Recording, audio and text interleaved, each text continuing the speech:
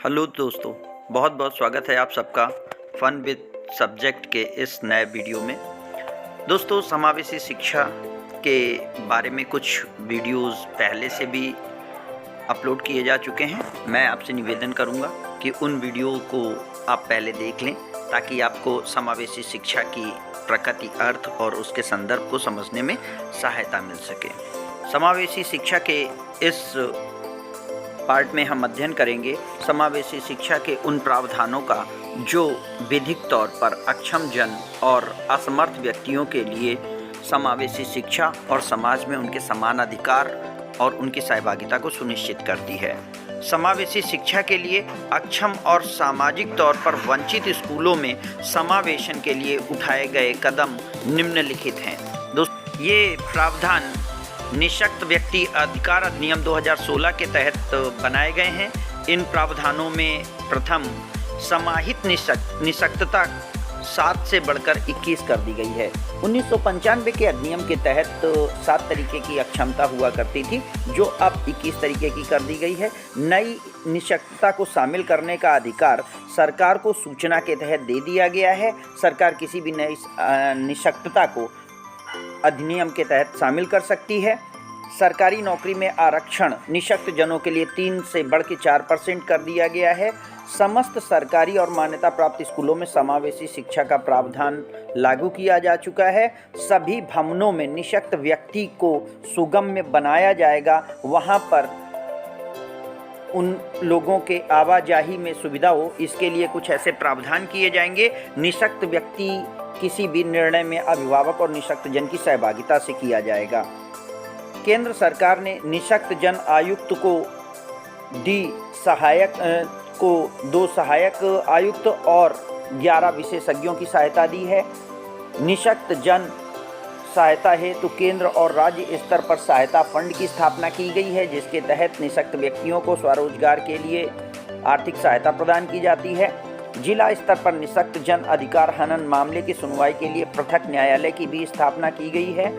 5 वर्ष के नियमित अंतराल में निःशक्त बच्चों की पहचान हेतु सर्वेक्षण कराया जाएगा। निजी विद्यालयों में 25% छात्रों को समावेशन और किया जाएगा। आर्थिक और सामाजिक तौर पर वंचित वर्ग के छात्रों का यहाँ पे प्रवेश और दाखिला मुफ्त कराया जाएगा।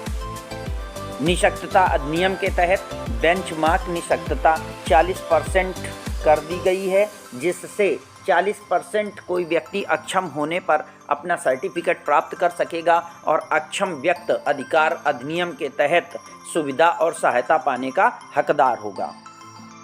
समावेशन हेतु कुछ पारित नियम यहाँ पर मैंने संग्रहित किए हैं। इन नियमों से मुझे उम्मीद है कि आपको अपने बहुविकल्पीय प्रश्नों को हल करने में निश्चित तौर पर सहायता मिलेगी। अधिनियम के वर्ष पर विशेष ध्यान दें, क्योंकि इससे प्रश्न बनता है। मानसिक अक्षमता अधिकार अधिनियम 1971, अक्षम जन अधिकार अधिनियम 1975, अक्षम जन अधिकार संयुक्त राष्ट्र संविधा 2008 में पारित की गई। साल का अभिव्यक्ति और विशेष जरूरतों की शिक्षा की रूपरेखा 1994 में लाई गई। मिलेनियम विकास लक्ष्य 2000 में लाए गए। सबके लिए शिक्षा का एक प्रारूप 1990 में लाया गया। इन प्रारूपों के तहत, इन प्राविधानों के तहत बहुत हद तक प्रयास ये किए गए कि सारे लोगों को शिक्षा में बराबर की सहभागिता मिल सके, सभी के लिए शिक्षा उपलब्ध कराई जा सके, शिक्षा के अवसर सभी लोगों को प्राप्त हो सकें। लेकिन हम सभी जानते हैं कि समाज में विशेष शिक्षा के तौर पर इन लोगों को शिक्षा दी जा रही थी, जो कि एक गलत कदम दिखा। इसलिए समावेशी शिक्षा की ओर प्रसार किया जा रहा है। राष्ट्रीय शिक्षा नीति 1986 में पहली बार माना गया कि विशेष उपबंध, विशेष नियम बनाने होंगे, जिससे कि समावेशी शिक्षा को प्रसारित किया जा सके। शिक्षा क्रियान्वयन समिति 1992, मानसिक स्वास्थ्य अधिनियम 1987, भारतीय पुनर्वास परिषद अधिनियम 1992, विकलांग जन समान अधिकार, समान संरक्षण अधिकार एवं पूर्ण भागीदारी अधिनियम, जिसे हम PWD एक्ट कहते हैं, 1995। PWD एक्ट को ही रिपील करके उसको निरसित करके उसको हटा करके 2016 का अधिनियम आया है, राष्ट्रीय न्यास अधिनियम 1999, शिक्षा अधिकार अधिनियम 2009, निःशक्त व्यक्ति के अधिकार अधिनियम 2016। दोस्तों, ये सभी लीगल प्रावधान निःशक्त व्यक्तियों को शिक्षा दिलाने के लिए प्रयासरत हैं। राष्ट्रीय अनुसूचित जाति आयोग पिछड़े वर्ग के सामाजिक और आर्थिक हितों के संरक्षण के लिए और उसके प्रसार के लिए राष्ट्रीय स्तर पर बनाए गए आयोग को हम राष्ट्रीय जनजाति आयोग, राष्ट्रीय अनुसूचित जाति आयोग के नाम से जानते हैं।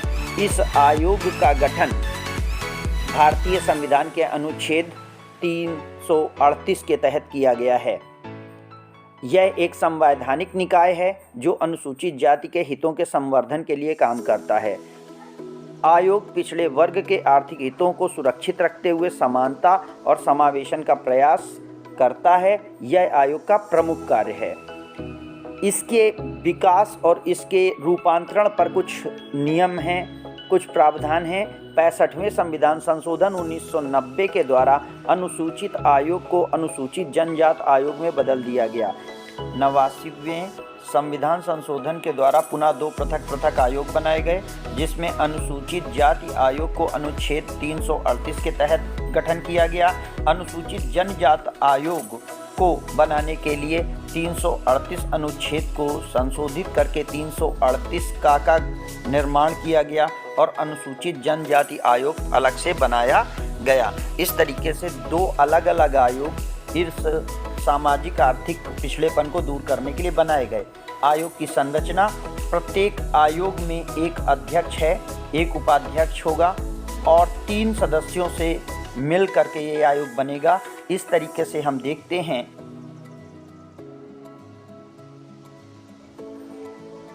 आयोग में 6 सदस्य होंगे, जिसमें एक विषय विशेषज्ञ होगा।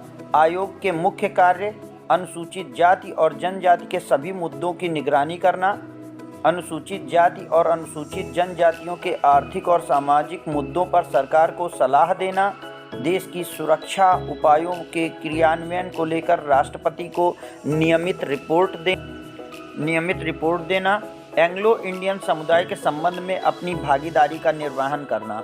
इस तरीके से यह आयोग समाज के आर्थिक और सामाजिक तौर पर पिछड़े व्यक्तियों के प्रमोशन और सुरक्षा को लेकर काम करता है। पिछड़े वर्गों के समावेशन हेतु संवैधानिक प्रावधान क्या क्या हैं? अनुच्छेद 15(4) के अनुसार भारतीय संविधान के अनुच्छेद हैं ये। भारतीय संविधान के अनुच्छेद 15(4) के अनुसार पिछड़े वर्ग की उन्नति का प्रावधान मीन्स उनका प्रमोशन विशेष तौर पर ध्यान रखकर किया जाए। अनुच्छेद 17 के तहत अस्पृश्यता, जिसे हम छुआछूत के नाम से जानते थे, यह भी प्रावधान समाप्त किया गया है। यानी अब अस्पृश्यता या छुआछूत करने वाला व्यक्ति सामाजिक तौर पर दोषी माना जाएगा और उसके तहत विधिक कार्रवाई की जा सकती है। समाज के कमज़ोर और विशेष वर्गों के रूप में अनुसूचित जाति और अनुसूचित जनजाति के शैक्षिक और राष्ट्रीय आर्थिक हितों को बढ़ावा देना तथा उनकी सुरक्षा के लिए कदम उठाना भारतीय संविधान सुरक्षित करता है। भारतीय संविधान के अनुच्छेद 335 के अनुसार संघ की सेवाओं और पदों पर नियुक्तियां अनुसूचित जाति और अनुसूचित जनजाति के सदस्यों के दावों को ध्यान में रख कर के इस तरह से पूरी की जाएं जिससे कि प्रशासन की दक्षता और अनुसूचित जाति अनुसूचित जनजाति के सदस्यों की प्रशासन में सहभागिता का एक संतुलन बनाया जा सके। इस तरीके से भारतीय संविधान भी उनके उत्तरोत्तर उन्नति की बात करता है। धन्यवाद दोस्तों, हमारे चैनल पे प्रसारित वीडियोस को देखने के लिए, उन्हें पसंद करने के लिए मैं आप सबसे निवेदन करूंगा इस चैनल को अधिक से अधिक सब्सक्राइब करें। वीडियो अच्छा लगा हो उसे लाइक करें, अपने दोस्तों तक शेयर करें और हमें बताएं कि हमारा अगला वीडियो किस बिंदु या किस विषय पर आप चाहते हैं।